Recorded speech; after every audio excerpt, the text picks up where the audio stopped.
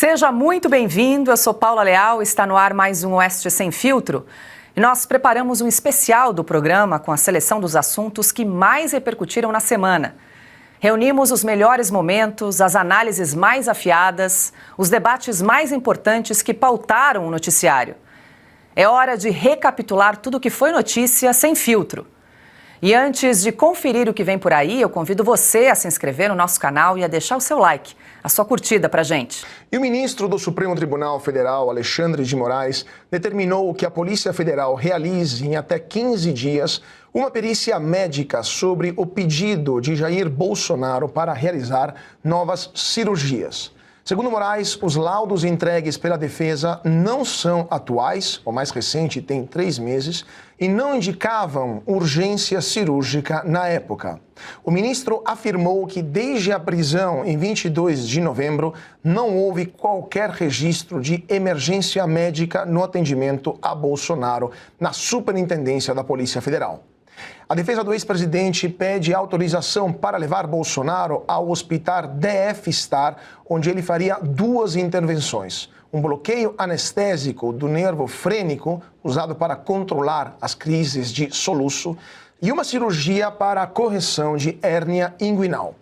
Os advogados também alegam agravamento do quadro de saúde e pediram prisão domiciliar humanitária, citando riscos cardiovasculares e problemas como apneia, refluxo, hipertensão e lesões cutâneas recentes.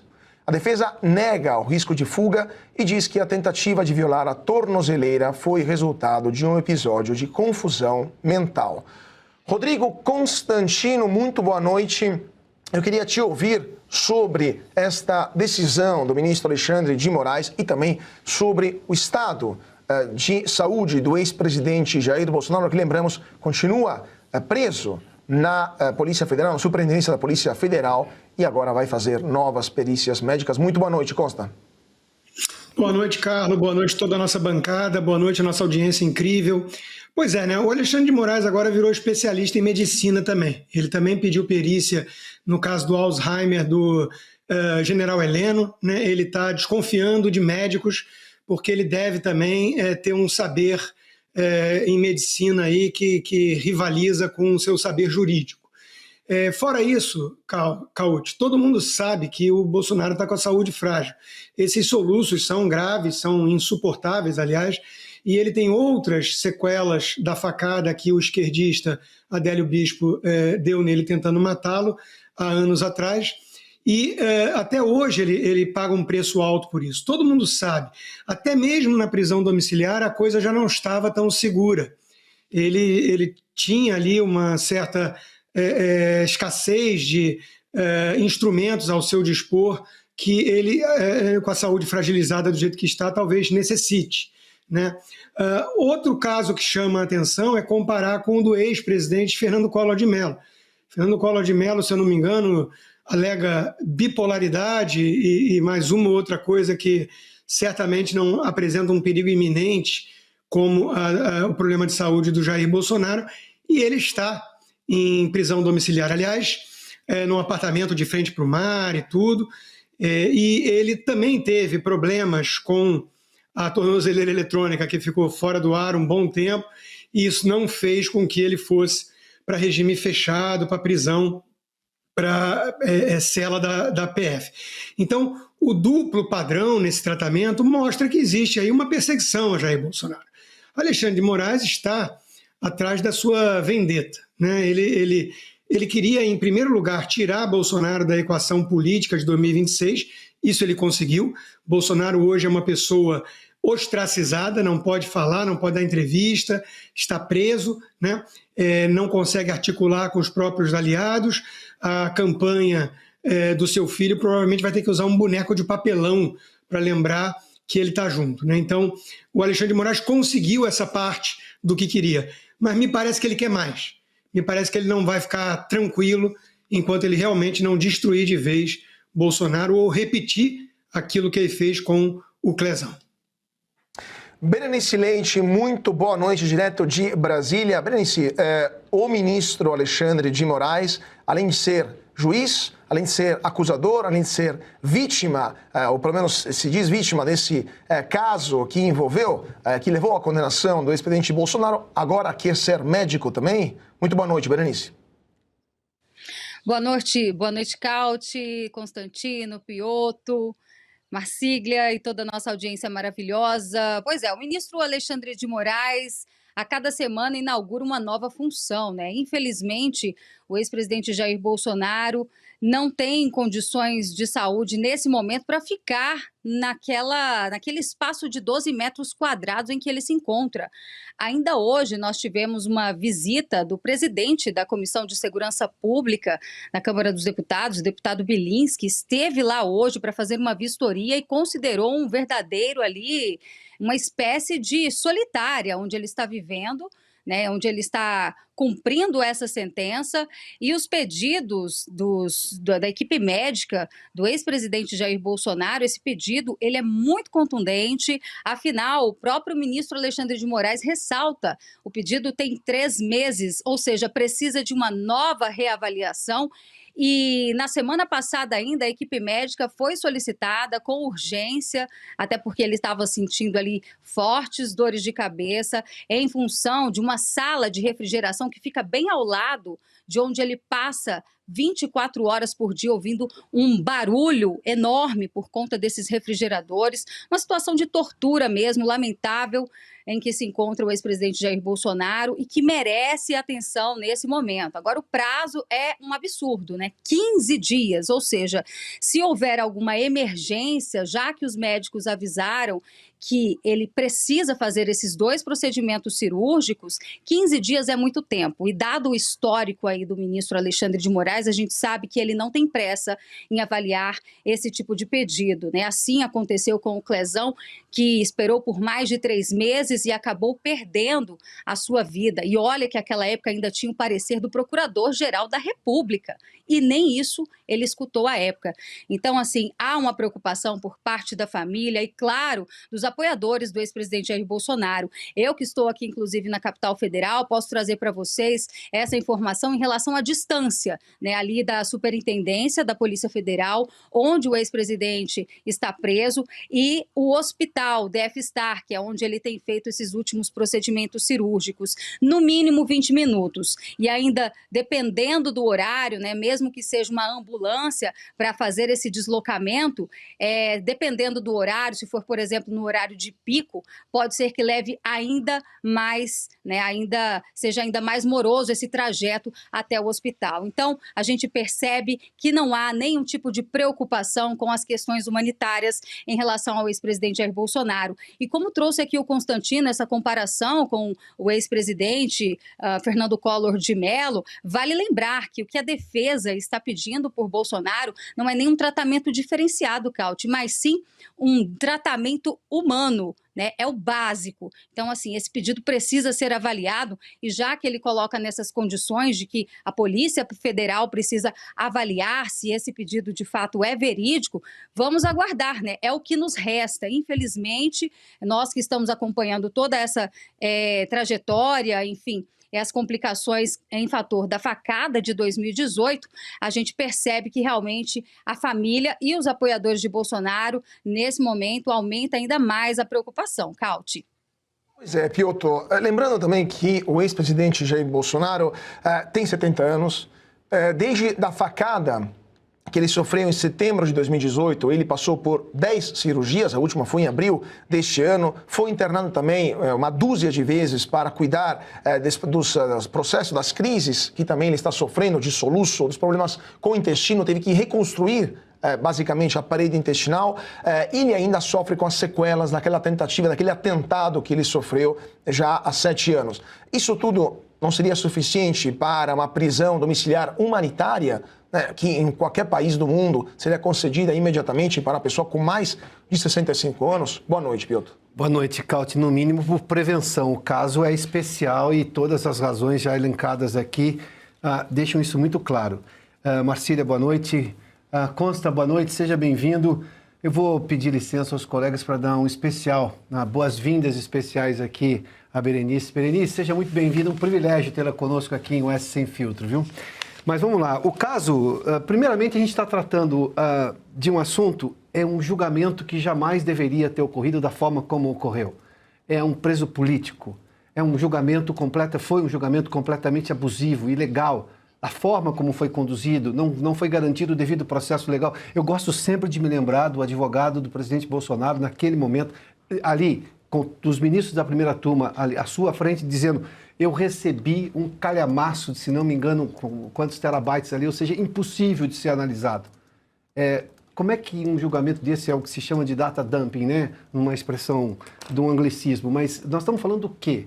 De um julgamento que não deveria ter acontecido. Como um julgamento ilegal como esse aconteceu, agora a gente tem que tratar de outras questões que jamais deveriam ocorrer, porque, claro, estava errado lá no começo, não deveria ter acontecido, mas esta é a realidade que temos, como lembrou a Berenice. Eu me junto a Berenice e ao que o Consta já trouxeram aqui. Os laudos médicos que o ministro Alexandre está dizendo que seriam desatualizados. Por prevenção, ele deveria, no mínimo, dizer: bom, vamos fazer o seguinte, tá bom, vai para casa, faz o tratamento e depois eu quero uma atualização. Por prevenção. Porque o caso do presidente Bolsonaro é grave desde muito tempo. Há uma entrevista do presidente Bolsonaro, depois da última internação, que foi da última cirurgia, em que ele mesmo disse: olha, os médicos disseram que mais uma dessa não tem como, sugerindo, inclusive, da possibilidade de morte, dada a gravidade do caso como um todo. Foi um atentado, nós estamos falando de um atentado, o Cauti lembrou agora há pouco aqui, uma reconstrução do intestino, e que teve complicações posteriores depois que tiveram de ser corrigidas, como nesse último caso que eu mencionei, em que o próprio presidente disse que foi realmente muito grave. Os médicos o deixaram ciente da situação. E se está desatualizado ou não, eu tenho que levar em conta que, olha, as declarações do ministro Alexandre de Moraes, neste caso especificamente, pode ser que estejam desatualizados, mas ainda assim a lógica da prevenção deveria prevalecer neste caso. Mas há pouco o próprio ministro Alexandre de Moraes disse que o advogado do Felipe Martins não tinha juntado alguns documentos, os quais ele alegava, inclusive, apresentar naquele momento. O próprio Jeffrey Chiquini, advogado do Felipe Martins, depois postou: olha, está sim nos autos, sim, foram apresentados nas alegações finais. Ou seja, o ministro não deu a informação correta. Neste caso, eu posso pressupor também que ele possa ter cometido, no mínimo, um engano. Ou um assessor dele, não sei. Mas, de novo, o fato é, por prevenção, num caso grave como esse, notoriamente grave, de conhecimento público, por prevenção, determina uma prisão humanitária e com atendimento médico a posteriori, levando-se em conta todo o tratamento, um inicial tratamento e, eventualmente, a cirurgia, depois toma-se uma decisão. O que não pode fazer, como lamentavelmente o próprio ministro fez, e nós sabemos do desfecho, foi o que a Berenice lembrou há pouco no caso do Clezão, do Clériston da Cunha. Com parecer da PGR por prisão domiciliar, não foi analisado a tempo pelo ministro Alexandre de Moraes e morreu na cadeia. Morreu sob custódia do Estado. Morrer sob custódia do Estado nessas condições, num julgamento que nós sabemos nas circunstâncias como aconteceu, bom, isso lembra da ditadura, Cláudio. E o ministro Alexandre de Moraes autorizou as visitas de Michele Bolsonaro e do senador Flávio Bolsonaro ao ex-presidente Jair Bolsonaro, preso na Superintendência da Polícia Federal em Brasília.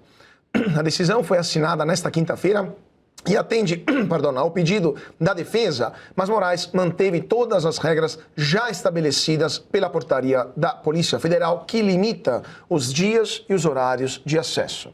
Segundo o ministro, Bolsonaro cumpre pena em condição especial em sala de Estado-Maior, o que exige controle rigoroso da circulação interna.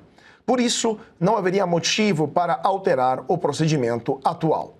As visitas continuam permitidas apenas às terças e quintas-feiras, das 9 às 11 da manhã, com duração de 30 minutos e limite de 2 familiares por dia, que devem entrar separadamente.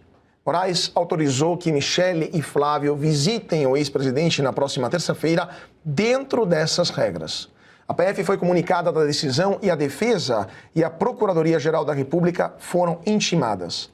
A defesa tentava um sistema de pré-cadastramento para que os familiares pudessem entrar de segunda a sexta, sem precisar de pedidos semanais ao STF. Os advogados alegaram que o modelo atual gera atos processuais repetidos e que a mudança seria apenas um ajuste procedimental. Moraes, no entanto, rejeitou a proposta e manteve o controle total da autorização individual das visitas. Doutor Marcília, isso faz lembrar imediatamente ao quando o ex-presidente Lula, o presidente Lula, aliás, estava preso, na época ex-presidente, estava preso em Curitiba, também numa sala de Estado-Maior, também na Polícia Federal, numa superintendência da Polícia Federal, e naquela ocasião entrava todo mundo, em qualquer horário. Também havia a possibilidade de jornalistas brasileiros e estrangeiros entrar no local, e Lula também iniciou o seu relacionamento com a atual primeira-dama, Janja da Silva.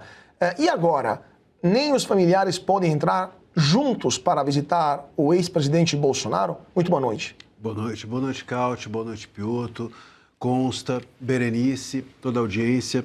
Prazer estar aqui. Bom, é preciso a gente sempre dar um passo atrás e dizer que o Bolsonaro não devia nem estar sendo processado, nem estar sendo acusado, não devia nem estar preso domiciliarmente ou não, porque todo esse processo é um engodo. Todo esse processo é uma mentira, é uma narrativa fantasiosa e falaciosa para prender o bolsonarismo, para desestruturar politicamente o bolsonarismo no país, para retirar do tabuleiro político do ano que vem o bolsonarismo. É disso que se trata esse processo e sempre se tratou disso. Desde o início foi só isso. Eles queriam colocar o Bolsonaro em silêncio e queriam colocar o bolsonarismo fora das eleições. É isso. Bom, feito esse registro, porque, enfim, senão a gente vai discutindo como se as pessoas fossem culpadas. Sim. Bolsonaro, ele foi condenado por fazer live, foi condenado por fazer postagem de internet, isso entendido como uma forma de enfraquecer o Estado democrático. Imagina um Estado democrático, o quanto é democrático um Estado que se enfraqueceria com live, postagem de internet. Ele chegou a ser acusado de participar de reuniões quando ele era presidente. Ele chefiou a reunião, mas ele era o presidente. Então, assim, é uma maluquice tudo isso. Sim. Bom, segundo lugar, eu queria aqui me filiar aos colegas, dizer que eu fiz direito e nunca tive aula de hérnia inguinal. Então, eu queria muito saber do Moraes onde que ele se formou, porque é uma faculdade bastante vasta. Aliás, também queria saber onde se formou a esposa dele, porque também não tive aula de especialidade, não fui especializado em STF e também nunca recebi nenhum contrato de 129 milhões. Então, eu queria muito entender como essas especialidades surgem. E é bom também registrar essa questão da visita, né? É incrível que o Moraes ele conseguiu inverter o jogo. A gente até já comentou isso aqui, mas eu vou voltar a esse ponto. Quer dizer, ele não individualizou a pena de ninguém. Todo mundo foi condenado na baseada, mas a visita não. A visita não pode ser na baseada. A visita tem que ter individualização. Então, os parentes são os mesmos, as pessoas são as mesmas, a visita é no mesmo lugar, é do mesmo jeito, mas não, toda vez tem que ter uma burocracia para fazer o pedido. Individualiza a visita e condena na baseada. Quer dizer, é o contrário. A conduta tem que ser individualizada para condenar e a visita pode ser na baseada porque são as mesmas pessoas, é o mesmo jeito. Mas a burocratização do acesso do Bolsonaro a algum pingo de humanidade é uma forma de desestruturá-lo e desestruturar o seu entorno, desestruturar que ele faça movimentações políticas, desestruturar que ele receba outras pessoas. O Cauti lembrou bem. O Lula ele deu 40 entrevistas na cadeia. Ele recebeu todo mundo, até a monge recebeu, monja Cohen, o pessoal ia receber artista. Era uma festa. Aquilo era realmente algo que, enfim, não parecia nenhuma cadeia. Tudo, bom dia isso, bom dia aquilo, vigília na porta, agora vigília para o Bolsonaro é crime. Quer dizer, é tudo tratado dessa forma. E mais, um juiz, na dúvida, como ele não é médico, se ele tem alguma dúvida, ele libera. Por prevenção, Por prevenção, por precaução, para não ser negligente. Porque se eu não sou especialista em uma área e eu tenho dúvida, eu beneficio a pessoa que pode ser penalizada pela minha negligência.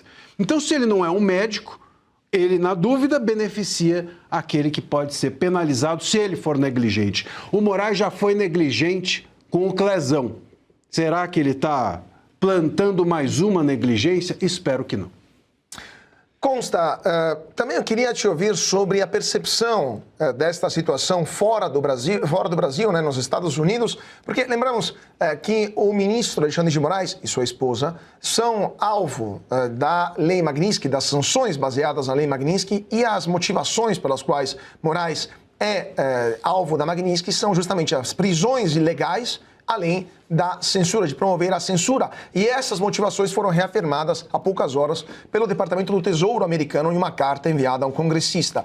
Ou seja, uma prisão como essa do ex-presidente Bolsonaro e esse tratamento que beira o desumano e degradante, usando um jergo jurídico, também não justificaria outras medidas por parte do governo americano contra o ministro Moraes?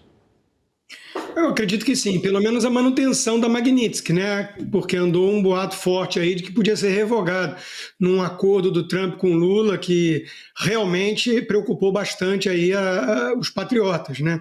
Se o Trump fizesse algo dessa natureza, seria a desmoralização do próprio instrumento da Magnitsky. Até agora nada, pelo contrário, como você lembrou bem, tivemos uma carta do Departamento do Estado a um congressista reforçando os motivos pelos quais o Alexandre de Moraes é um sancionado, e esse ponto que o Marsiglia traz é muito importante. A gente às vezes vai comentando, né, as notícias da prisão, do acesso à família, sendo que a Janja começou a namorar o Lula na prisão, ele tinha esteira ergométrica na sua cela, enfim. Quando a gente vai comparando, a gente vai vendo o que está acontecendo no Brasil. E a gente esquece, às vezes, de dar um passo atrás e lembrar que tudo isso é uma farsa. Lembrar que ele não tinha que estar preso sequer. Lembrar que ele foi condenado por um sancionado pela maior democracia do mundo. Porque podem ter a expectativa de revogar a Magnitsky. Até agora, nada. Até agora, o que temos é um reforço dos motivos pelos quais o Alexandre de Moraes e a dona Viviane de Barsi e o escritório dela e dos filhos estão sancionados. Aliás, eu não sei como recebiam, se era antes ou não, 3,6 milhões de reais por mês do Banco Master. E olha, representaram um caso em que perderam em 2 instâncias. E tinha lá no acordo também, parece, proteger o banco perante a Receita Federal, o Congresso, coisas muito esquisitas, né? Para um escritório diminuto de 11 advogados, 3 dos quais a esposa e os 2 filhos de Alexandre de Moraes. Então, tudo muito suspeito, para dizer o mínimo, né? Se trata de um ministro corrupto perseguindo um presidente que ficou 4 anos sem escândalo de corrupção. Então, é mais ou menos disso que se trata. O objetivo era retirá-lo da corrida eleitoral e até mesmo como principal cabo eleitoral da direita. Ele está impedido de agir como cabo eleitoral para atrair votos. Então, é uma situação esdrúxula, é óbvio que os Estados Unidos estão de olho, o mundo todo, né? É óbvio que isso reforça a tese que levou a Magnitsky e eu acho sim que caberia aí sanções extras, inclusive para colegas seus que vêm agindo como cúmplices. Em entrevista exclusiva ao podcast Irmãos Dias, o senador Flávio Bolsonaro, pré-candidato à presidência da República pelo Partido Liberal, contou como foi escolhido pelo pai para ser o nome do grupo na disputa pelo Planalto em 2026. Flávio Bolsonaro... E chegou um momento que a gente teve que tomar uma decisão. E já foi, por algumas vezes, meu pai conversou comigo, já tinha me perguntado se eu poderia ser o candidato, o que eu achava e tal. E chegou o momento, na terça-feira retrasada, em que eu fui visitá-lo lá na sede da Polícia Federal. E a gente conversou rapidamente, eu tenho 30 minutos por semana. Isso que eu te perguntar, anunciaram isso, né? Que vocês têm um familiar 30 minutos por semana. 30 minutos por semana para falar com meu pai. Nem os criminosos mais perigosos do Brasil, Carol, tem um tratamento assim como que ele está tendo. A gente sabe que não cometeu crime nenhum que ele está sendo acusado. Mas enfim, aí foi quando a gente resolveu tomar a decisão, porque falou, Flávio, o candidato tem que ser você, tem que ser agora. Porque está todo mundo batendo cabeça aqui fora, precisava do campo da direita ter esse alinhamento, tinha que ter esse norte, e eu acho que com a colocação do meu nome, isso começou a acontecer, isso deu uma animada na nossa militância. Eu sou, o Bolsonaro está no meu sangue, as pessoas me olham, cara, já sabem qual que é a minha linha, qual a minha atuação. Muita gente ama o presidente Bolsonaro pelo jeito dele, assim que ele chegou até a presidência da República, mas também tem uma parcela que falava muito comigo assim, eu acho que até algumas pessoas que você conversa muito pensam assim, o Bolsonaro podia ser um pouquinho mais moderado, podia controlar mais uma coisa ou outra que ele fale. Então, assim, pedia um Bolsonaro mais centrado. Então, eu sou, naturalmente, um Bolsonaro centrado, o Flávio Bolsonaro. Eu me apresento agora para o público, quem não conhece ainda, só ouvia falar pelo sobrenome, é o filho do presidente da República. Então, tem aqui uma pessoa com 22 anos de experiência na vida pública, 4 mandatos de deputado, senador da República, um advogado, uma pessoa que tem MBA em políticas públicas e governo, em empreendedorismo e novos negócios, e tenho um pós-doutorado, 4 anos com o presidente da República aqui, que eu fui testemunha de tudo de bom que foi feito, e também tive a oportunidade de absorver um pouquinho do que eu entendo que foram alguns erros, para que não sejam cometidos de novo. Então, estou muito honrado e com muita convicção e fé em Deus de que o nosso projeto, que é o caminho para retomar a prosperidade, vai ser o escolhido, ao invés desse caminho para as trevas, que é o caminho do atual governo. Flávio Bolsonaro voltou a criticar as condições do ex-presidente na Superintendência da Polícia Federal em Brasília. Foi passando e o cerco, não só ao Jair Bolsonaro, mas também a todo o seu entorno, a sua família, ele foi apertando. E assim, quando a injustiça, a sacanagem, que é a palavra correta a ser usada, a covardia, vem de alguém que está numa posição que você não tem a quem recorrer daquela injustiça, isso dificulta muito a qualquer tomada de decisão. E foi acontecendo isso com meu pai, né? O Bolsonaro foi sendo... Ele sofreu um processo, na verdade, do final para o começo. Ou seja, já tinha uma pessoa, um dos seus inimigos que integram lá, aquela turma lá no Supremo, que queria prender o Bolsonaro, queria tirá-lo da vida pública, queria enterrá-lo vivo. E pensou o seguinte, como é que eu vou fazer para montar esse teatro, esse circo, para chegar até esse objetivo final que eu quero atingir. E, obviamente, a gente acompanha isso, a gente não é trouxa, a gente sabe o que dá para fazer, o que não dá, qual caminho que tem que seguir ou não, o que dá para fazer. E chegou no momento que meu pai se vê numa situação como essa, ele hoje está preso numa sala de 12 metros quadrados, trancado na chave o dia inteiro, pode, por 2 horas por dia, sair para tomar um banho de sol, que na verdade é um espaço 3x4, o tamanho desse estúdio aqui, chão de cimento, parede de branca para cima, não tem uma flor, uma planta para ele olhar, onde ele supostamente poderia fazer algum exercício, e é uma pessoa que tem 71 anos de idade, tem problemas de saúde reconhecidamente por todo o público, desde que ele tomou a facada de um ex-integrante do PSOL, a saúde dele nunca mais foi a mesma. A gente sabe que é um inocente que está num cativeiro, e a gente fica buscando alternativa, como é que tira ele dessa situação. E quem acompanha um pouquinho da política no Brasil e tem um pouquinho de consciência, Carol, sabe que a gente não está mais numa democracia plena. Então é muito ruim você ver um seu pai, um ex-presidente da República, um cara de verdade, que tem um coração verde e amarelo, que deu o seu melhor, tem um escândalo de corrupção no governo, enfim, entregou um país muito melhor do que o que ele pegou e é tratado dessa forma por vingança ou por capricho de alguém que não gosta dele, seja qual for o motivo, né? Porque Bolsonaro nunca foi ameaça para a democracia, nunca foi... Berenice Leite, quero te ouvir sobre esta entrevista do filho do ex-presidente Bolsonaro e agora pré-candidato para 2026. Quais foram as reações em Brasília a essa entrevista e também a essa articulação que o Flávio começa a ensaiar lá na capital federal? Então, Cauti, a articulação que partiu do ex-presidente Jair Bolsonaro, que ainda nessas condições, preso, afastado de toda e qualquer forma que ele possa se comunicar com o seu eleitorado. Percebo que a indicação do senador Flávio Bolsonaro, nesse momento, para ser o seu sucessor na corrida presidencial para o ano que vem, foi a melhor escolha, sim. Até porque o ex-presidente vinha sofrendo uma pressão por parte dos partidos de centro que diziam estar apoiando o bolsonarismo, claro, de olho no capital político do ex-presidente, mas não estavam se mexendo em favor de votar a anistia, né? Quer dizer, eles queriam os votos do ex-presidente Jair Bolsonaro, mas não queriam dar a anistia. Assim fica difícil de negociar. E foi justamente essa a jogada, a carta tirada da manga do ex-presidente Jair Bolsonaro, que volta a destacar aqui, mesmo com todas essas condições, né, precárias de saúde, vivendo uma tortura psicológica desde a prisão domiciliar, agora mais do que nunca preso mesmo na Superintendência da Polícia Federal, e soube raciocinar com inteligência.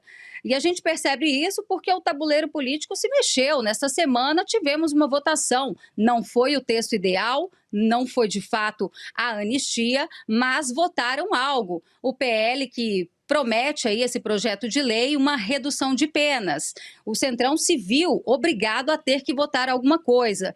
E eu percebo aqui também, né, conversando com vários parlamentares da oposição e até mesmo de centro-direita, que ficam ali em cima do muro, o que estava acontecendo nos bastidores? Nós temos dois partidos aí, o PP e o União Brasil, que inicialmente anunciaram que estariam desembarcando do governo Lula, que apoiariam a pauta da anistia, mas quando isso foi de fato ser colocado em pauta, eles recuaram. Falaram, não, vamos votar apenas a dosimetria. E aí, a partir do momento que o senador Flávio Bolsonaro anunciou que eles apresentariam destaques no sentido de colocar a anistia ampla, geral e restrita, esses partidos de centro deixaram a máscara cair. Não apoiaram. E é por isso que nesta semana nós tivemos essa votação de uma redução de penas, né? Uma progressão de regime, melhor dizendo, até porque a condição dessas pessoas vai se manter ainda na condenação, vai ter só uma progressão de regime, sabe lá quando o ministro Alexandre de Moraes vai analisar isso.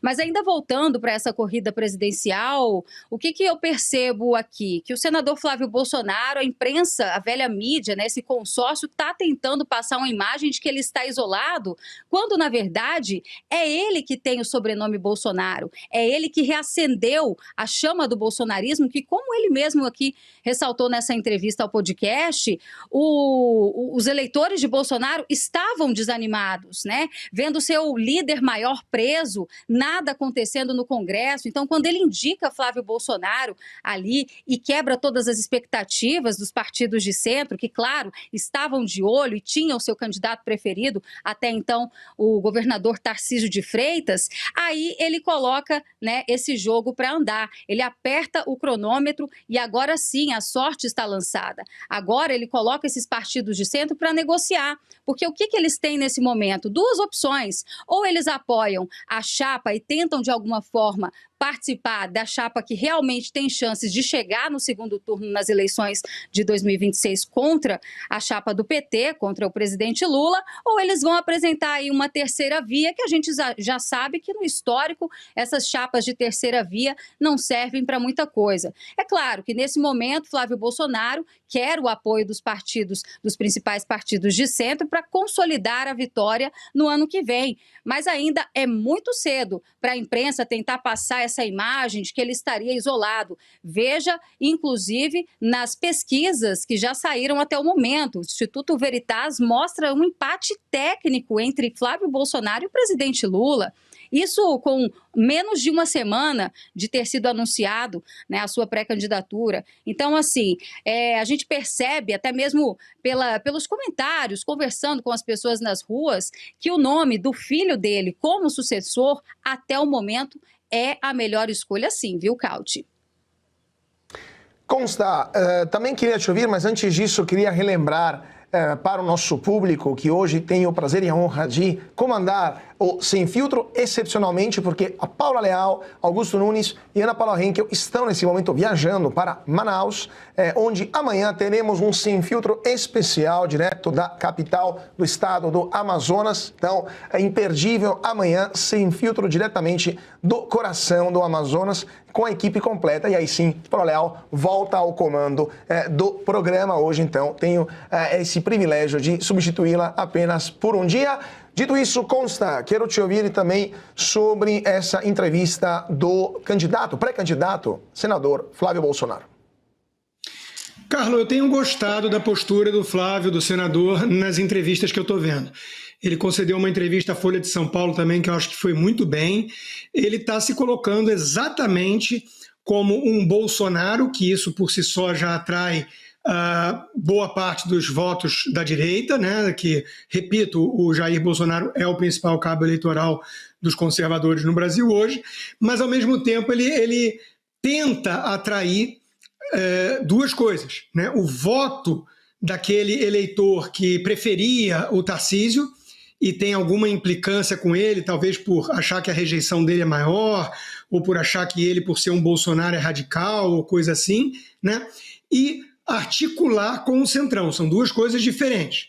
Ele precisa falar ao coração dos eleitores que rejeitam a priori ele, e ele precisa articular politicamente com os líderes partidários desse centrão, que ele vai precisar, ou vai ser muito positivo se ele conseguir o apoio, né? Eu acho que ele tem saído bem nisso. Por exemplo, quando ele fala que ele é o Bolsonaro que tomou 2 vacinas, né? É óbvio, eu adoraria que ele acrescentasse, olha, mas a vacina nunca pode ser obrigatória, ainda mais no meio de uma pandemia experimental e tudo, cada um toma se quiser. Isso seria uma ressalva, digamos assim, perfeita. Mas eu entendo o ponto dele. Eu também tomei 2 doses de vacina, né? Então, o que ele quer dizer com isso é que aquela turma, durante a pandemia, que ficou mais histérica, ficou mais apavorada, e por isso acabou desenvolvendo uma aversão muito grande ao Jair pela sua postura ou pela distorção que a imprensa deu à sua postura durante a pandemia, né? Essas pessoas já podem ter uma resistência quebrada, suavizada, quando ele vai lá e revela que ele tomou a vacina, ao contrário do pai. Então, eu acho que ele está no caminho certo, ele está entendendo que ele precisa ser o Bolsonaro mais moderado. E é assim mesmo que se ganha a eleição, porque tem uma ala mais xiita que quer, né, ver o circo pegar fogo, adoraria que ele saísse xingando todo mundo que nem o próprio irmão está fazendo, né? O Carlos tem um pouco esse papel, já xingou todo mundo do Centrão nesses dias, enquanto o irmão tenta costurar alianças, mas o Flávio é o candidato, endossado pelo pai. Então, o objetivo é vencer a eleição. O objetivo não é gritar na internet, o objetivo não é satisfazer uma patota que quer sangue, né, e que, enfim, é muito emocionada, né? Fica logo tirando conclusões afoitas sobre tudo, né? Eu acho que o Flávio está indo no caminho certo de tentar articular com os líderes do Centrão e se posicionar, se colocar como alguém mais centrado, mais moderado, centrado no sentido de cabeça, não de posição política, né? Ele é alguém que representa a direita, ele já mencionou Paulo Guedes, já mencionou a agenda, o governo do pai, seria uma continuação nesse sentido, né? E isso dá para ele, com certeza, uma vantagem que talvez o Tarcísio não tivesse. E a Justiça Federal em Belo Horizonte determinou que os benefícios do ex-presidente concedidos a Jair Bolsonaro sejam suspensos enquanto ele cumpre pena em regime fechado. A decisão foi tomada pelo juiz Pedro Pereira Pimenta, da 8ª Vara Federal, que deu prazo de 48 horas para a União cumprir a ordem. Bolsonaro está preso na sede da Polícia Federal desde o dia 22 de novembro, depois da acusação ligada à suposta trama golpista e a violação do monitoramento eletrônico. A ação foi apresentada pelo vereador Pedro Rousseff, do Partido dos Trabalhadores, que pediu a suspensão de veículos oficiais, motoristas, assessores e servidores que compõem a equipe de apoio destinada a ex-presidentes da República.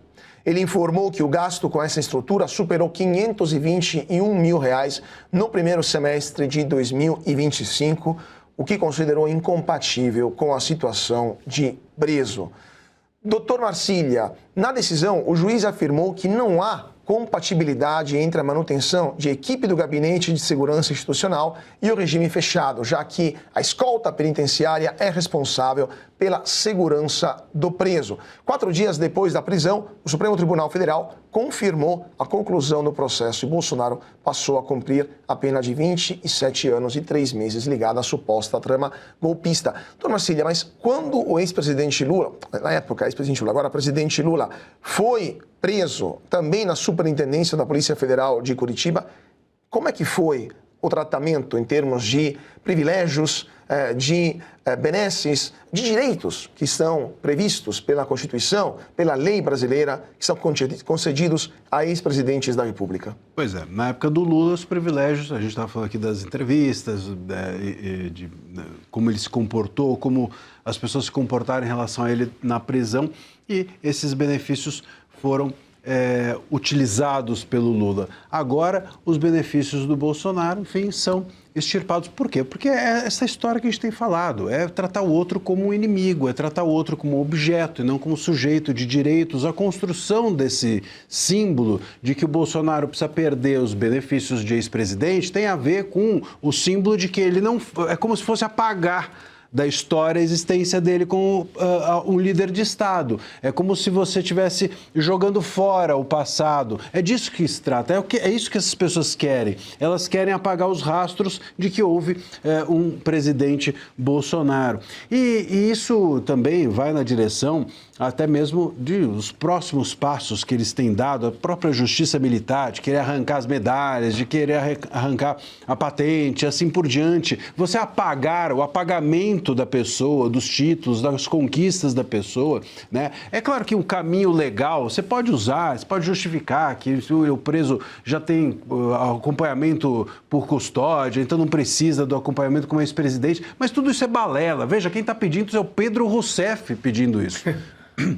Imagina só o prejuízo que deu a Dilma Rousseff. Qual é a moral que tem o Pedro Rousseff para falar em prejuízo do Estado em relação a qualquer coisa? Se a sua familiar foi responsável pelo maior prejuízo que a gente já teve econômico nos últimos tempos. Então, não é uma questão de justiça, é uma questão de simbolismo. O que eles querem, repito, é apagar a história, não apenas a existência política atual do Bolsonaro, mas os rastros de tudo aquilo que ele conquistou no correr do tempo. Lembrando também que Pedro Rousseff é famoso por divulgar notícias falsas nas redes sociais, que já desvendamos aqui no Sem Filtro várias vezes, demonstrando que são, claramente, até inclusive, ele tomou várias checagens no X sobre as mentiras que ele divulga e até o momento... Ele falou que o Lula acabou com a guerra... Sim, na Ucrânia, Gaza, foi Gaza, e até o momento o silêncio tombal por parte do STF ou das agências de checagem, né? Não foi pro inquérito das fake news? Esse não. Esse por benefício de sobrenome, provavelmente. E lembramos também, Piotr, antes de passar a palavra, que a ex-presidente Dilma Rousseff, quando sofreu impeachment, não perdeu os direitos, sequer perdeu os direitos políticos. Né? Basicamente uma inovação constitucional graças ao então ministro Lewandowski, que presidia o processo, e acabou dando esse vulnus, como se fala em latim, no direito, né? Não só para dizer, não é uma inovação, foi uma perversão, né? Eles pegaram a Constituição e racharam o texto como se aquilo fosse possível. Posso só lembrar desse momento? Desculpa, Cláudio. Para surpresa, indignação ali pública de ninguém menos do que Fernando Collor, que era senador à época. Porque para ele não foi garantido. E Fernando Collor sabia o que era um processo de impeachment. Se tem alguém ali que entendia o que era um processo de impeachment, era Fernando Collor. Aí fatiaram, foi uma dobradinha do Lewandowski com o Renan Calheiros. É isso mesmo. Ali, e aí fatiaram a lei do impeachment, coube depois aos mineiros, digamos, empichar Dilma na urna.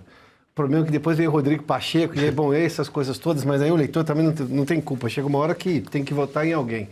E aí a rejeição naquele momento era em relação a Dilma. Acho que o Marcília foi a todos os pontos aí técnicos. A questão é essa tentativa de apagar a pessoa da história, né? Há um movimento. Eu vou lembrar do General Braga Neto, porque é preciso a gente lembrar do General Braga Neto. O General Braga Neto foi o oficial general que comandou, naquele momento, uma daquelas intervenções no Rio de Janeiro. Tem uma ficha extensa de serviços prestados ao país. E é preciso lembrar que, tanto no caso do Bolsonaro, que agora estamos discutindo, né? A gente está discutindo a posteriori, as coisas que vieram depois. Só que o que veio antes é que está o problema, é lá que está o problema, e a gente vai repetir isso tantas vezes quanto as forem necessárias. Tanto no caso do Braga Neto, quanto do general Heleno, quanto do Bolsonaro, ou de todos esses que estão sendo julgados no Supremo, ou que já foram julgados. O processo não deveria ter acontecido da forma como aconteceu. Primeiro, não deveria ter acontecido dentro do Supremo. A segunda questão não deveria sequer ter acontecido na primeira turma. Aliás, o processo não teve andamento, não teve devido processo legal, não teve ampla defesa, não teve individualização de conduta, ou seja, as garantias, todas as garantias foram atropeladas pelo Supremo. Nesse movimento que era meramente de perseguição política, daí um julgamento político.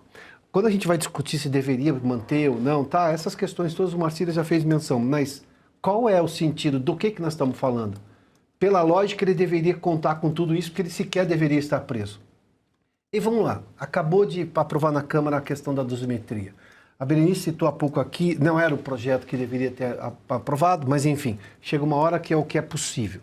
E foi o que foi possível, enfim, vamos ver o que o Senado vai fazer. Ainda assim, depois tem possibilidade de 15 dias de análise por parte do presidente Lula, que pode vetar. Se ele vetar qualquer uma das coisas, aquilo tem que ser analisado numa sessão do Congresso Nacional, que depende do Alcolumbre, ou seja, isso vai ficar para o ano que vem, lamentavelmente. Aquilo que o Paulinho da Força disse, não, as famílias vão passar o Natal em casa. Não vão passar o Natal em casa, levando-se em conta esses prazos todos regimentais. Isso deveria ter acontecido lá atrás, mas enfim, a questão política é muito mais grave. Mas eu só vou voltar no assunto anterior, caso você me permita. O Constantino fez uma menção que para mim é muito, muito vital nessa história da candidatura, ou pré-candidatura, melhor dizendo, do Flávio Bolsonaro. Quando ele cita o Paulo Guedes, eu acho que ele dá 2 recados muito claros.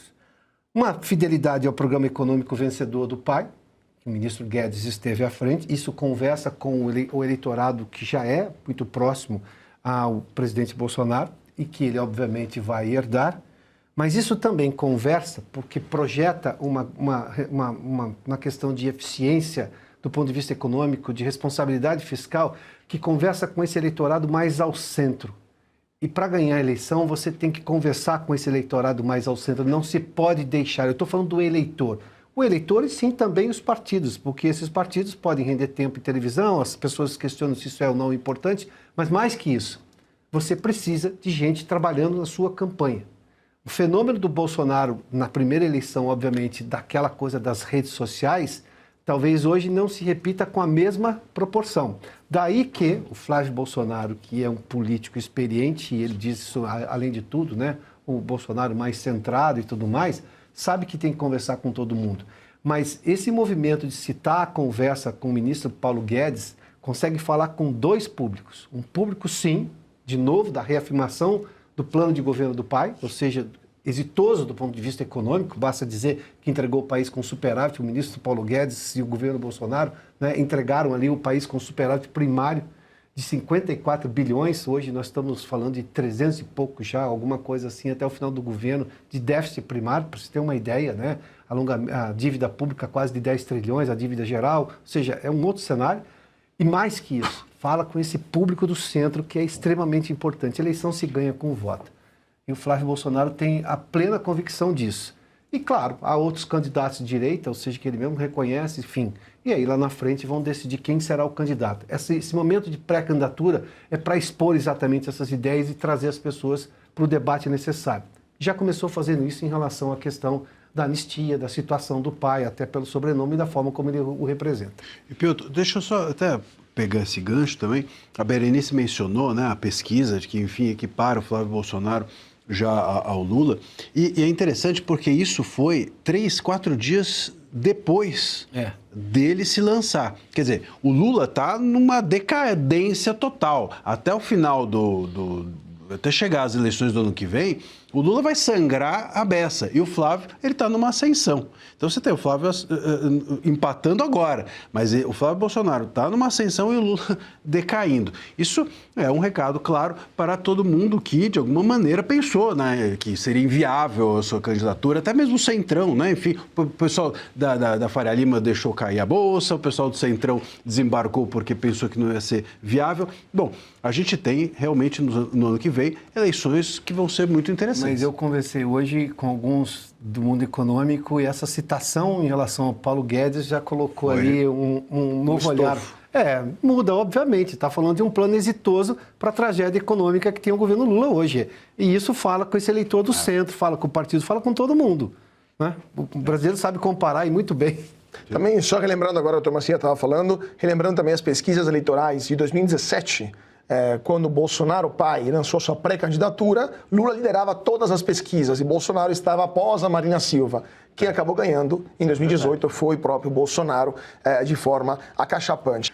E o contrato do Banco Master com a mulher do ministro Alexandre de Moraes, Viviane Barsi de Moraes, previa que o escritório da família trabalhasse na defesa dos interesses da instituição de Daniel Porcaro, que é o CEO do Banco Master, junto ao Banco Central, à Receita Federal e ao Congresso Nacional.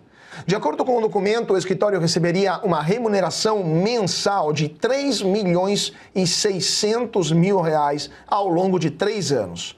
Como ele foi assinado no dia 16 de janeiro de 2024, se tivesse sido cumprido integralmente, teria rendido ao Barsi de Moraes Associados, escritório da esposa do ministro Alexandre de Moraes, 129 milhões de reais até o início de 2027, ano em que Moraes assumiria a presidência do Supremo Tribunal Federal, no esquema de rodízio do tribunal.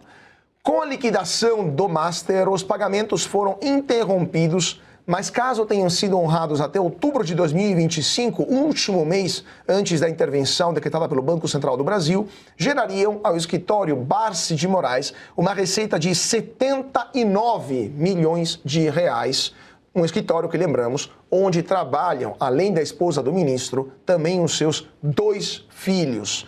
Rodrigo Constantino, o que você acha sobre esse caso desse contrato monstro, né, de 129 milhões de reais, um contrato de um escritório, apenas 11 pessoas, mas um escritório onde atua a esposa do ministro Alexandre de Moraes? Cauti, eu já venho denunciando a promiscuidade no Poder Judiciário há muito tempo, essa coisa de cônjuges com escritórios, o próprio Gilmar Mendes mandando o Barroso fechar seu escritório, hoje em dia todos têm, né? Mas a gente tem que atualizar, promiscuidade é um eufemismo.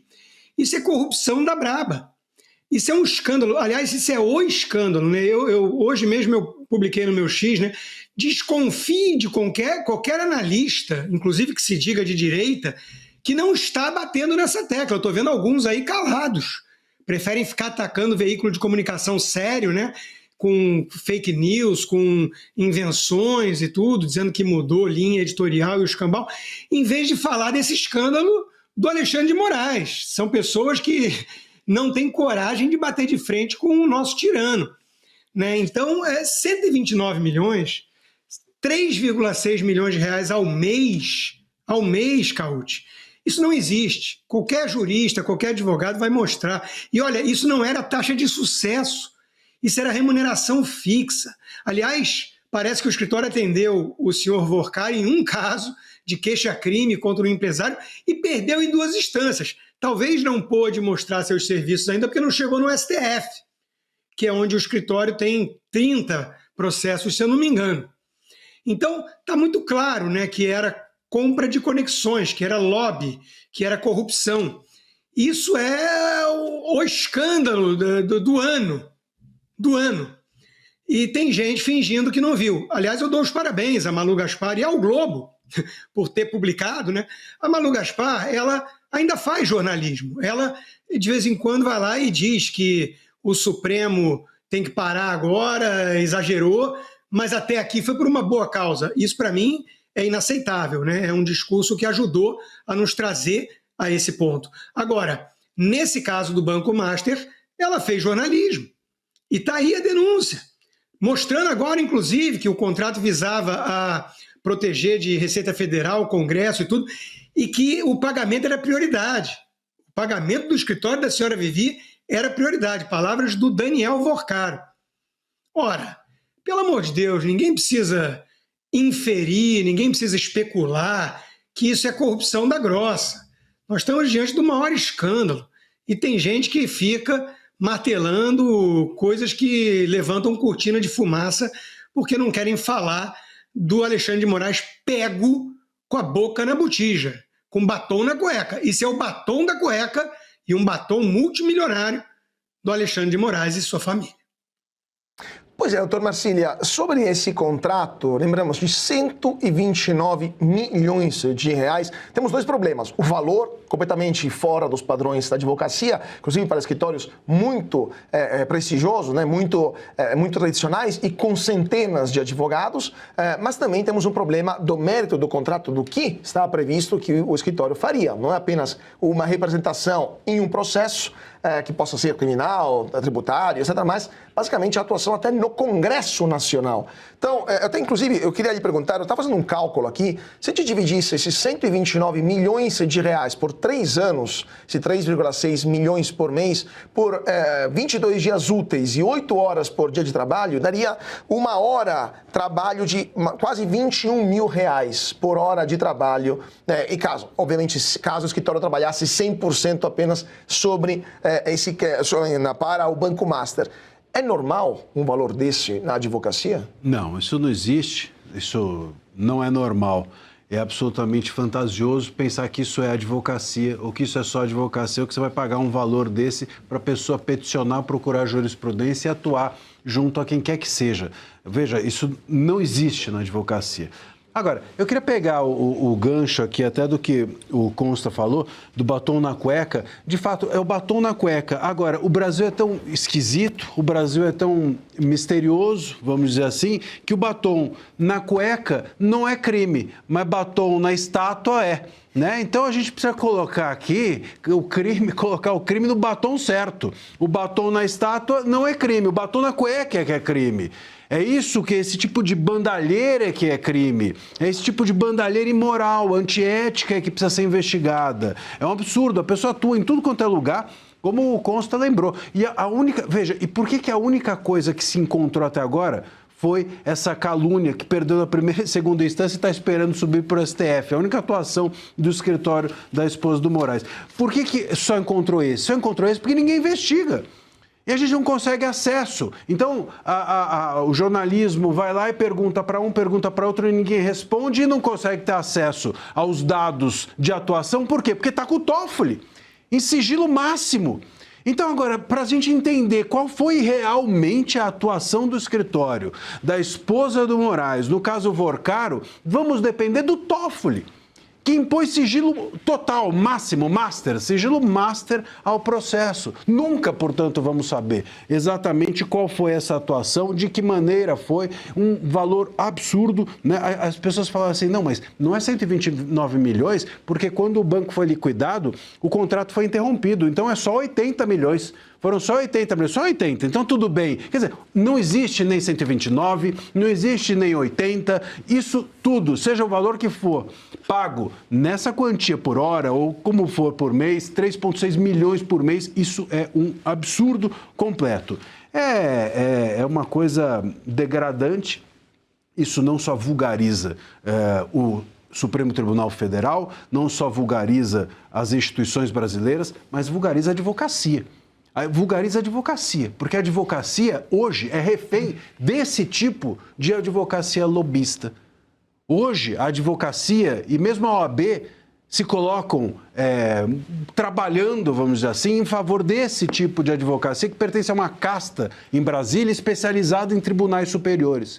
Enquanto isso não acabar, não há nem justiça e nem advocacia sérias dentro do país.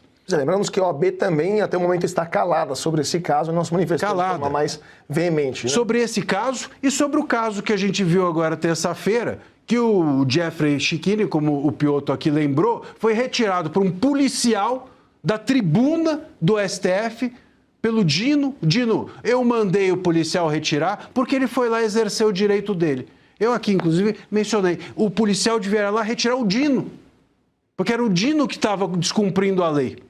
O advogado tinha todo o direito de ir lá fazer isso. Mas é isso. Aqui o batom na cueca é lícito e o batom na estátua é crime. O juiz descumpre a lei e retira, e o policial, ao invés de tirar, o juiz retira o advogado. É tudo invertido, que nem o mapa do IBGE.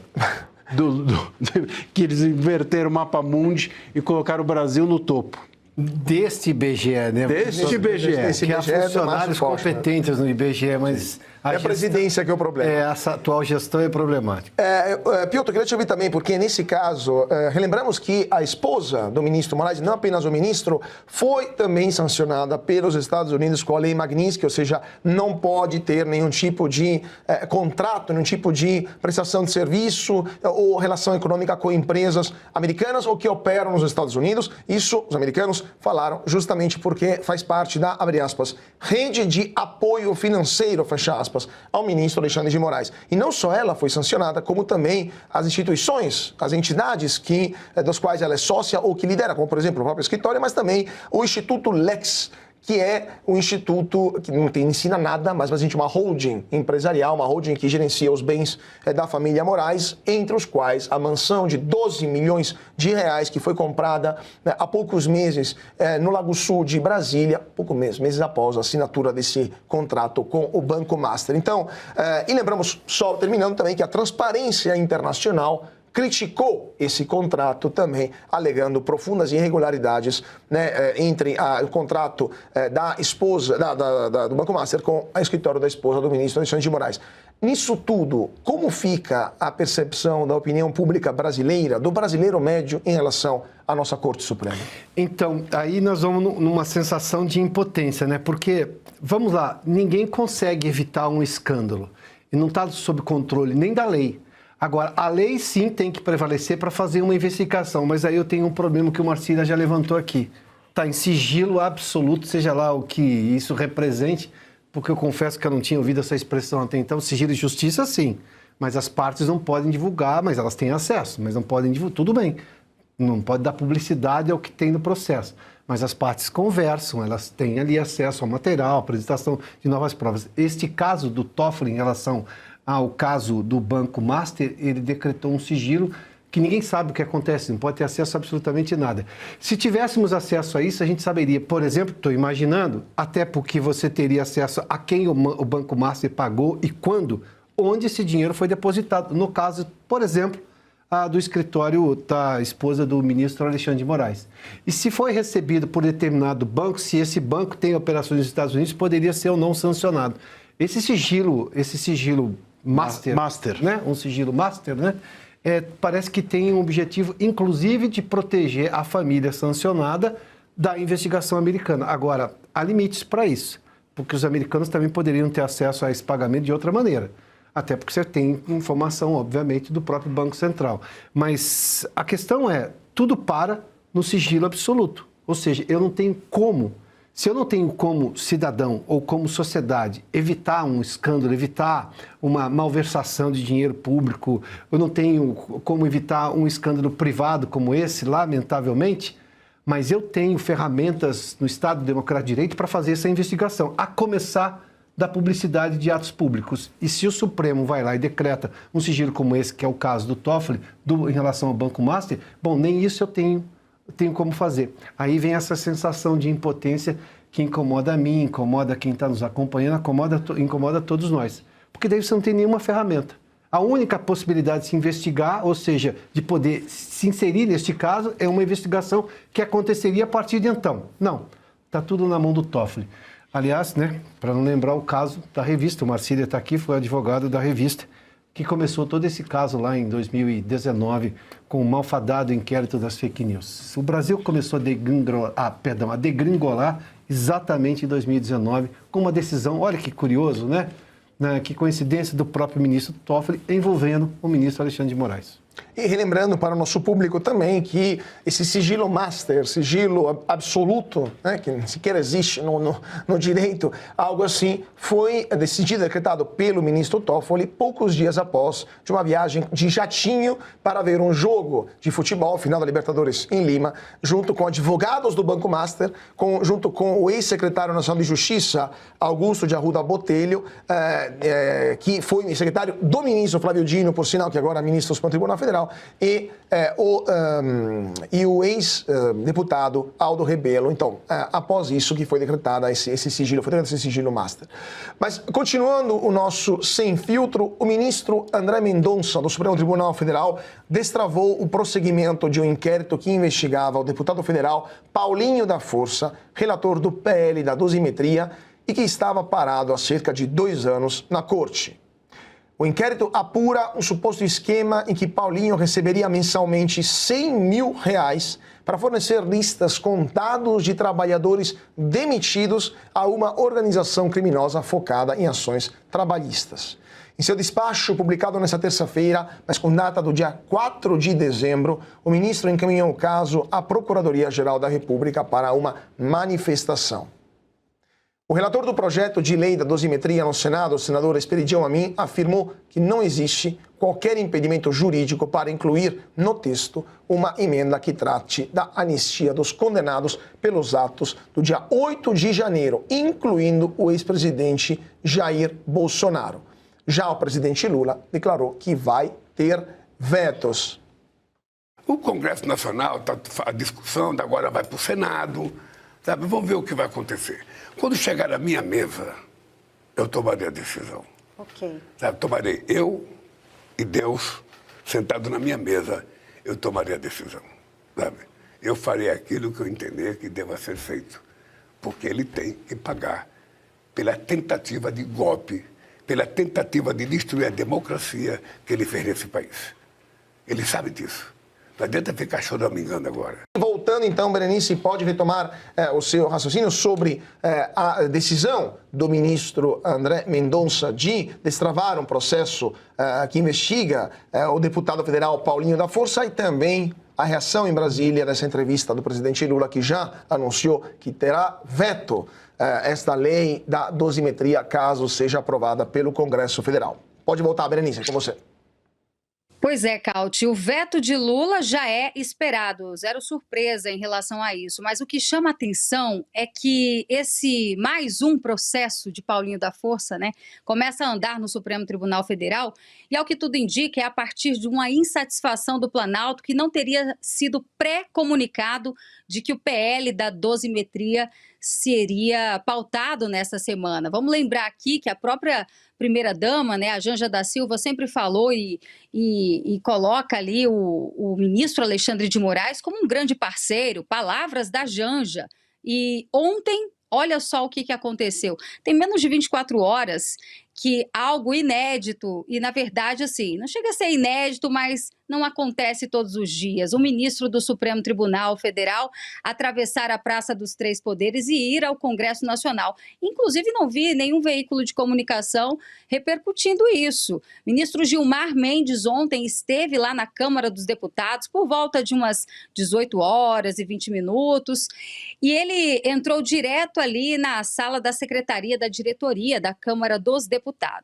Logo depois disso, vem a informação de processos andando, Paulinho da Força pisando em ovos, porque teria apresentado esse relatório e, de alguma forma, o que parece é que os ministros do STF ainda não ficaram felizes, mesmo tendo ali participado da construção desse texto.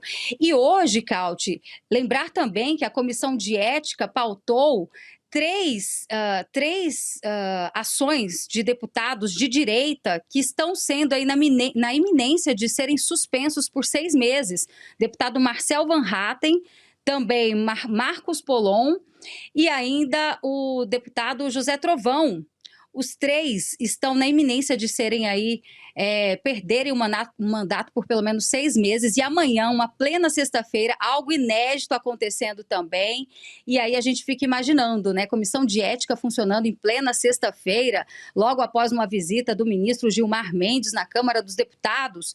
Tudo muito estranho, né? Processo do Paulinho da Força, até que a gente não tem muito aqui o que contestar, porque realmente ele tem um histórico de condenações, né, e de corrupção nas costas. Agora, falando sobre o perfil da relatoria lá no Senado, né, a oposição acredita que é um relator que tem um posicionamento conservador, Esperidião Amin, e que não descarta a possibilidade de mudar o texto, inclusive já defendeu a anistia em vários momentos, falando sobre essa importância de pacificar o país e de virar essa página com a anistia no seu significado real, que é o perdão, o esquecimento. E agora temos também o presidente Lula, de alguma forma, tentando desmobilizar essa votação. Ontem ele se reuniu na Granja do Torto, onde acontecem essas reuniões mais secretas com 3 caciques políticos do Senado. Temos aí o nome de Jacques Wagner, Renan Calheiros e também Eduardo Braga, e eles estão nessa missão agora de tentar, de alguma forma, barrar, né, protelar a votação do PL da dosimetria para que fique para 2026. O fato é que até terça-feira, no mais tardar quarta da semana que vem, o senador Esperidião Amin, designado para essa relatoria, vai apresentar o seu texto e a CCJ vai votar. A informação que eu tenho é de que o senador Jacques Wagner, que é líder do PT no Senado, vai pedir vista, ou seja, mais tempo para avaliar esse processo.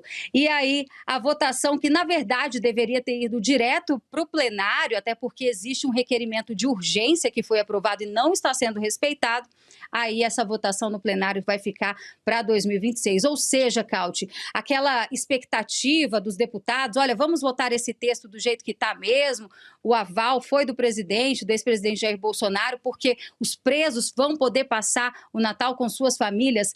Infelizmente, Cauti, ao que tudo indica, isso não vai acontecer, viu? Consta, quero te ouvir também sobre os efeitos políticos desta situação. Além, claro, como a Berenice bem lembrou, temos centenas de pessoas que estão, nesse momento, presas, com sua liberdade limitada, pessoas que estavam no dia 8 de janeiro e que poderiam voltar para casa para passar o Natal com seus familiares, mas que com essa situação dificilmente conseguirão sair da prisão. Sua avaliação sobre esse contexto da lei da dosimetria? Então, longe do ideal, né? Nós queríamos anistia ampla, geral e restrita, mas isso ficou muito claro, conversando inclusive com vários deputados, que estava fora de questão. Aliás, a própria Berenice lembrou aí, né, que a construção do projeto em si contou com o STF, e a gente normaliza esse tipo de coisa no Brasil, o que é obviamente absurdo, né? Não era para o STF participar de um projeto de lei, mas todo mundo sabe nos bastidores que veio carimbado com o selo de aprovação do STF, que era inclusive uma exigência que não podia ter nenhum tipo de emenda. Então, quando o senador Espiridião Amin fala que pode falar de anistia, voltar a colocar anistia no projeto no Senado, ele está sonhando, né? Ele está, de alguma forma, iludido, tentando manter um otimismo dos patriotas, mas vamos ser honestos, e parece até que ele já deu mesmo uma recuada, né? Isso não vai acontecer. Ou o Senado vai aprovar como veio da Câmara, ou nada feito, né? E é um dilema que se coloca para os parlamentares de direita, porque é óbvio que isso fortalece o discurso do STF. Eles, afinal de contas, puniram, então, criminosos, a Débora continua sendo uma criminosa, né? E eles, magnânimes, vão ter que acatar uma nova lei e reduzir a pena. É apenas disso que se trata, né? Eles não estão, inclusive, voluntariamente reduzindo pena de ninguém. Eles estão apenas cumprindo as novas determinações legais que vêm do Legislativo. E eles limpam as mãos. Agora, qual é a alternativa real? A alternativa real é nada, que é o que tinha na mesa, não ia sair anistia, o anteprojeto da Ludmilla era ótimo e tudo, mas não estava na mesa. E nada significa mais tempo de prisão para as pessoas injustamente presas, para os inocentes sequestrados pelo Estado, reféns do STF. Então, quando você tem um familiar teu como refém, você pensa diferente, você quer a soltura, né? Quando você está numa torre de marfim, você pode se dar o luxo de ser mais purista e discutir com base em abstrações. Não se negocia com terrorista, não se negocia com sequestrador. É verdade, é complicado mesmo negociar, porque você abre precedente perigoso. Por isso eu tenho dito, é um dilema, mas eu entendo quem votou a favor, porque é o que tinha. Vamos continuar a falar sobre esse assunto. Eu queria a opinião, doutor Marcília, senhor que é advogado, sobre o que está acontecendo com os presos, de fato, porque é isso que nos preocupa mais, além, claro, da situação do ex-presidente Jair Bolsonaro, os presos do dia 8 de janeiro, com esta lei da dosimetria que poderia ser vetada pelo presidente Lula e que no Congresso está tendo problemas políticos para avançar. Essa questão do veto do Lula, né, eu acredito que vai ser em relação ao Bolsonaro, né? Se for, vai ser em relação ao Bolsonaro. A mira dele, o ódio dele, a vingança dele, tem esse direcionamento claro. Ele, inclusive, disse, né, eu e Deus, eu achei isso, né, não pode passar batido, eu e Deus vamos decidir, disse o Lula. Eu não sei se ele estava se referindo ao Moraes, quando Eles disse eu e Deus, pode ser. Talvez ele e o Moraes é que decidiriam sobre o veto. Mas se não for isso, certamente não é uma divindade, porque não existe nenhuma divindade que trabalha na força do ódio, na força da vingança. Como ele disse, ele precisa cumprir, ele precisa pagar, eu não sei o quê. Não vejo Deus nenhum, de nenhuma religião agir assim, né? Então, só se for eu e Deus, eu e Moraes. Pode ser. Aí talvez o Lula possa mesmo, até porque a gente sabe como funciona o consórcio estatal. Agora, eu queria levantar ainda uma bola, o negócio do André Mendonça, que ele trouxe o Paulinho, o inquérito, reabriu, não, o inquérito do Paulinho da Força. O Paulinho da Força, é bom que a gente diga que é uma espécie de boneco de ventríloco do STF ali, né? Aliás, é um termo talvez que a gente possa usar, é bobo da corte, né? Literalmente. Ele está ali fazendo o trabalho de representar a corte. Agora, por que ele faz esse trabalho de representar a corte? Porque ele tem os seus esqueletos no armário e o STF sabe muito bem disso. E esses esqueletos estão presos. Então, pode ser que o gesto do André Mendonça, ao colocar um esqueleto para fora do armário, possa ser uma tentativa, ou, se não é uma tentativa do André Mendonça, pode ser uma possibilidade para a oposição se aproveitar disso e tentar equilibrar esse jogo e colocar um pouco o Paulinho da Força na parede, já que até agora o Paulinho da Força é que tem colocado todo mundo na parede nessa discussão sobre dosimetria, anistia e tudo mais. Relembrando, Piotr, antes de te ouvir, que o Paulinho da Força não foi eleito deputado federal em 2022, ele obteve apenas 64.137 votos, foi o primeiro suplente do seu partido, mas em 2023 o Tribunal Superior Eleitoral decidiu cassar o mandato do deputado federal Marcelo Lima por infidelidade partidária e aí Paulinho da Força voltou à Câmara dos Deputados pelo seu 5º mandato. Então, o TSE foi, de fato, quem levou novamente Paulinho da Força por 5º mandato. É isso. Piotr. Cassação por infidelidade partidária é sempre um negócio... Bom, precisa conhecer. Eu confesso que eu não me lembro exatamente de todos os dados, mas foi o Paulinho quem ascendeu a condição de deputado, né? Eu só vou voltar nesse ponto aí que o Marcília trouxe sobre a declaração do Lula. Eu e Deus, ele disse, né? Eu só não entendi se Deus vai sentar-se do lado ou é só uma força de expressão. Mas ele só tem um objetivo, né? O Lula tem uma coisa na vida dele, o Bolsonaro. Tudo é o Bolsonaro.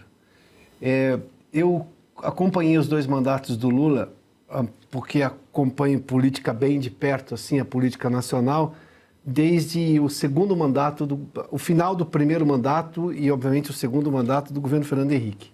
Esses eu acompanhei muito de perto já cobrindo política nacional.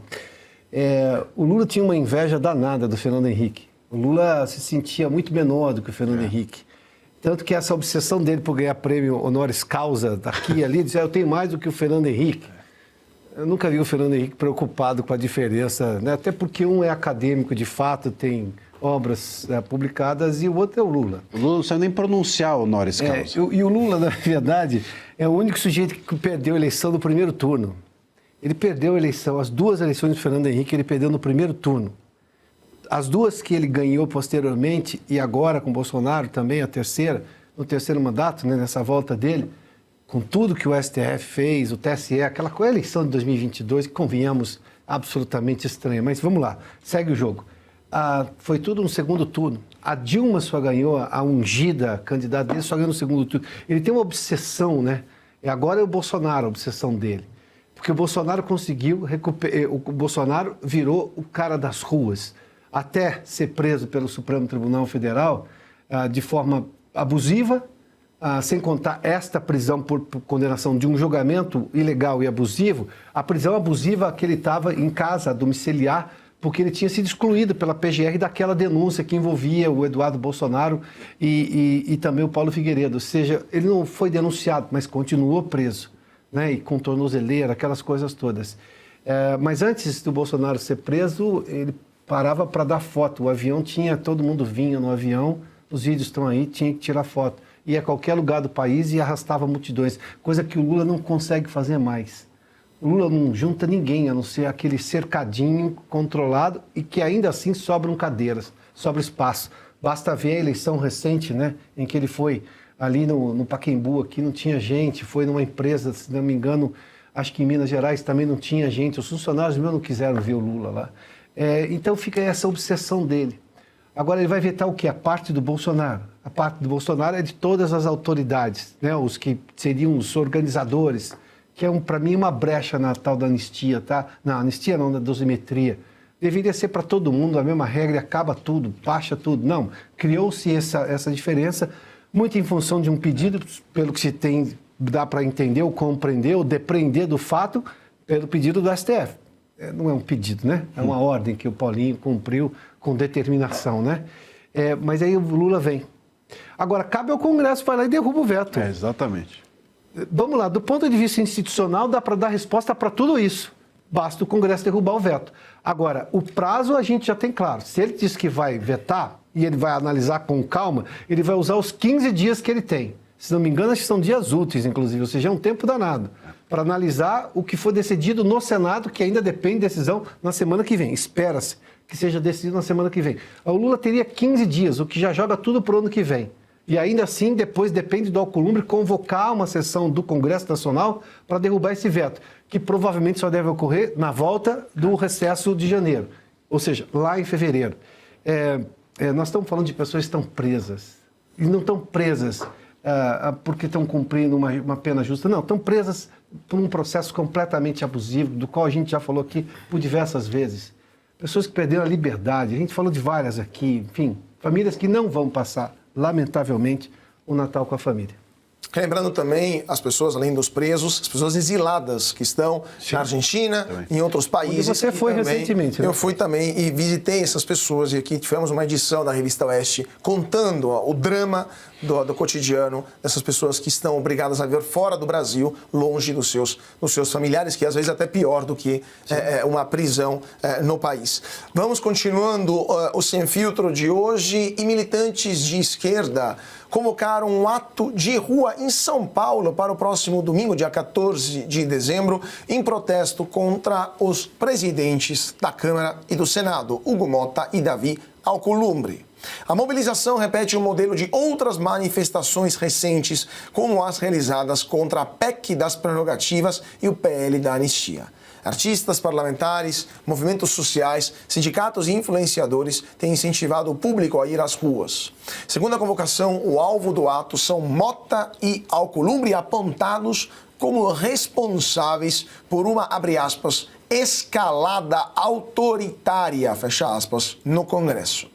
O ato também surge após a confusão na Câmara dos Deputados, quando o deputado Glauber Braga foi retirado após invadir o plenário durante protesto contra o seu processo de cassação, em uma ação que gerou acusações de violência, interferência nas transmissões e restrição ao trabalho da imprensa. Berenice Leite, a esquerda querendo voltar para as ruas e agora chamando novamente os presidentes da Câmara e do Senado, como chamaram até pouco tempo atrás, inimigos do povo.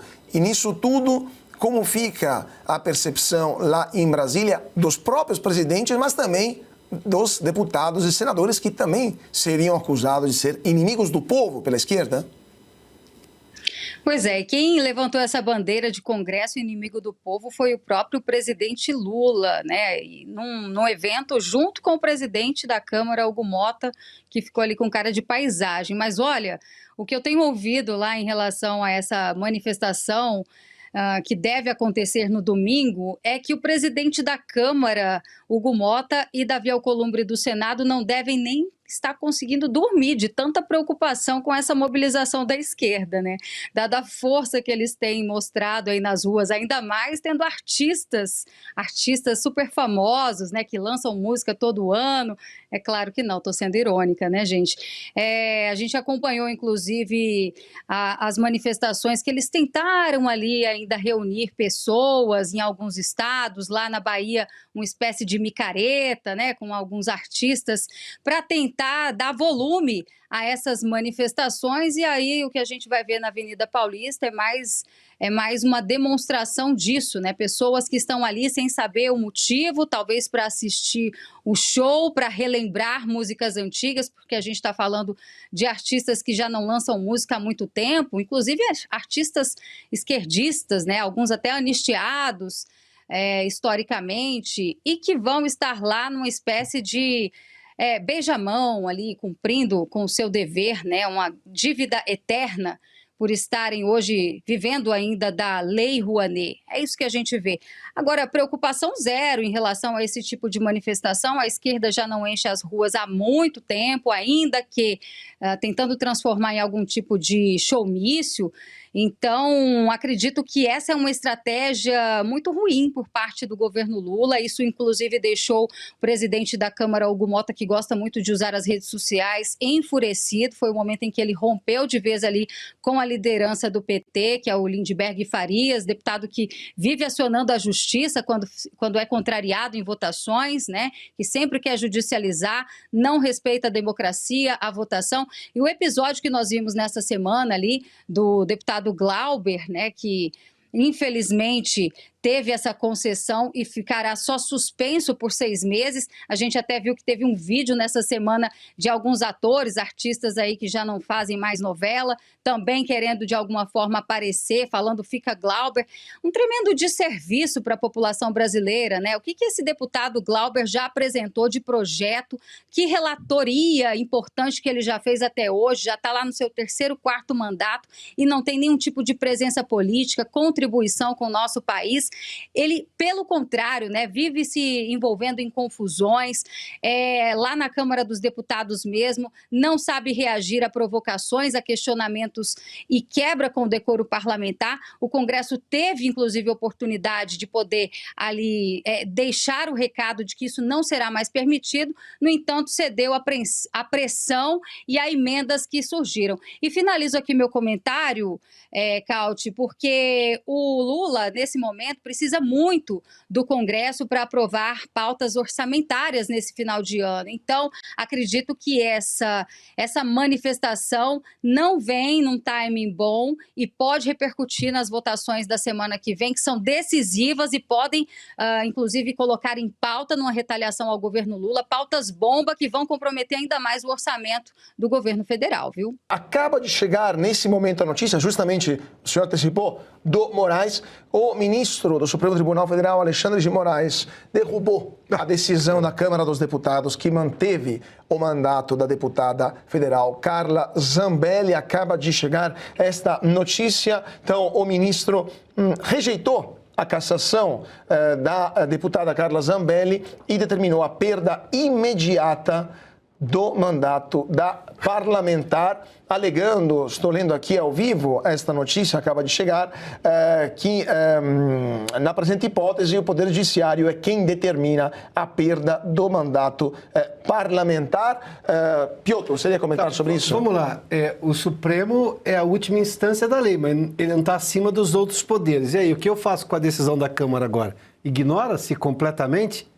Porque o presidente da Câmara, neste caso, houve, obviamente, sempre é assim, houve o Conselho Jurídico da Câmara, tem uma assessoria jurídica ali. Essa assessoria jurídica diz, não, vai adiante e determina que o plenário decida. O plenário decidiu, da forma democrática, votando, que é assim que o Congresso funciona. Aí o Congresso toma essa decisão. E agora o que é? O que faz? O oficial de justiça vai fazer o quê? Porque ele tem que olhar para uma decisão da Câmara. E a Câmara representa, nesse momento, o Poder Legislativo, porque isso não precisa passar pelo Congresso com o Senado. É uma decisão soberana da Câmara. A questão é, o Supremo não está acima dos outros poderes. A Constituição não diz isso. Aliás, ele é o 3º citado na Constituição. É o Legislativo, o Executivo e o Judiciário, que devem conviver harmonicamente. Mas antes disso, de forma independente. O Constituinte escreveu para não ter dúvida. Agora o Moraes discorda da tese da Câmara e toma uma decisão acima disso. Baseado em quê? Porque é o Poder Judiciário que determina. Onde é que está? Porque o entendimento da Câmara é exatamente outro. Agora esse é o momento da gente ver, né, até onde o Congresso reage. No caso, a Câmara dizendo não vai. Porque ela tem que fazer prevalecer o entendimento que ela tem. E aí depois, bom, discute-se. E se tem dúvida, faz o seguinte, o Congresso vai lá e trabalha numa nova lei para deixar claro, se é que há dúvida. Para mim não há. O Marcília já citou, inclusive, o texto constitucional. Agora, é incrível como o Moraes é previsível. É só a gente aqui, pegar alguma ilegalidade cometida pelo STF e levantar que pronto, o Moraes com certeza vai cometê-la. Provavelmente está assistindo ao Sem Filtro. Continuando essa notícia que acaba de chegar, segundo o ministro Moraes, a votação na Câmara dos Deputados que preservou o mandato da deputada Carla Zambelli, abre aspas, ocorreu em clara violação à Constituição, fecha aspas. E o ministro Moraes determinou que o presidente da Câmara, Hugo Mota, dê posse ao suplente da deputada em até 48 horas. Rodrigo Constantino, decisão do ministro Moraes, então, que considera como ato nulo essa decisão da Câmara, na sua opinião, cria mais um conflito entre poderes e como você acha que o Legislativo vai reagir desta vez? Bom, se for como tem feito até agora, de maneira covarde. E por isso estamos nessa situação. Um poder está acima dos demais, vem atropelando o Legislativo, que é o Poder Judiciário na figura do STF, há muito tempo.